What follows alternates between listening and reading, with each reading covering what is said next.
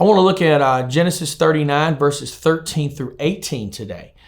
This is the epitome of a vicious and vindictive person. This is somebody that wants to get revenge in the form of Potiphar's wife. In verse 13, it tells us this: when she saw that she was holding his cloak and he had fled, she called out to her servants.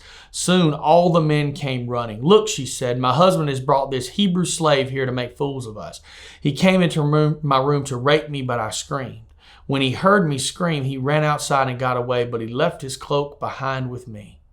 She kept the cloak until her husband came home. And you can see, she's being all dramatic, right? Just dramatic as she can be. Verse 17, then she told him her story. "That Hebrew slave you brought into our house tried to come in and fool around with me," she said. "But when I screamed, he ran outside, leaving his cloak with me." So she did not take rejection very well, did she? She turned on him, not accepting that he had rejected her, but now she wants to cause him harm by accusing him of trying to rape her. And we know from the previous verses, nothing could be further from the truth. If anybody was trying to accost anybody, it was her trying to accost him. But that's not at all what she presents. So she wants to paint a narrative that paints her in a good light and paints this person she's mad at in a bad light.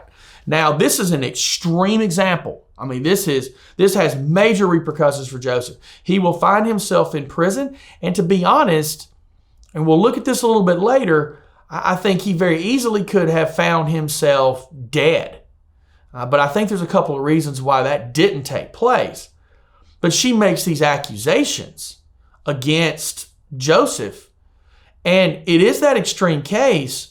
But we kind of do the same thing, a lot of us, on a smaller scale, on kind of a lower level. You know, she turns it up to 10, and we most of the time keep it down around 2 or 3. Because when we're upset at somebody, when we have an issue with somebody, what we'll oftentimes do, we will paint a picture of them to other people that makes them look as bad as we can. And then we will paint a picture of us that makes us look like the virtuous saint that was victimized, taken advantage of, and done wrong. Here's what I've always found. Truth somewhere in the middle. That's how this works. The truth is in the middle of the situation.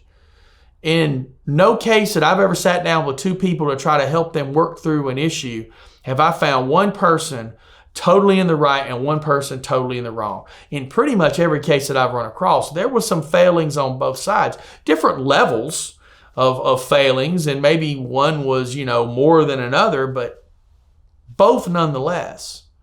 So when we try to paint these pictures to paint ourselves in a good light and to paint someone else in a bad, we're taking advantage of them. We're hurting them. We're hurting their witness. We're hurting what they are as an individual.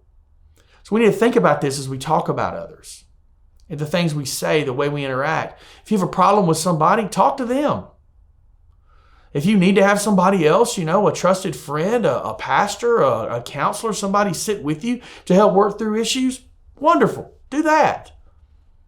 But we need to stop painting people in a certain light, make ourselves look better so that we can promote our image and to make ourselves feel comfortable with who we are. We got to take a hard look at reality. And I hope you do that, and I hope you come back tomorrow.